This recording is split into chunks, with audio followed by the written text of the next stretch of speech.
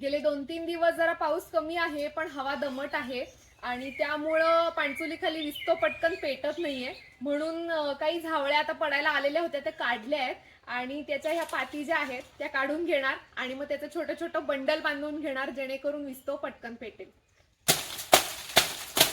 झाऊळ वाळलेली होती त्यामुळं पातींचे हीर काही काढलेले नाहीये आणि एका बंडल मध्ये 4 किंवा 5च पाती मी घेतेय.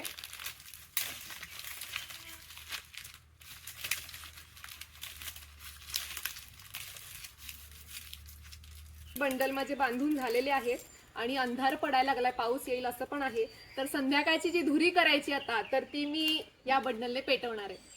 या धुरीमध्ये लाकडाचा भुसा आणि गोवऱ्या आहेत, ज्याच्या धुरामुळे संध्याकाळचे डास, माशा, इतर किडे घरामध्ये येत नाहीत.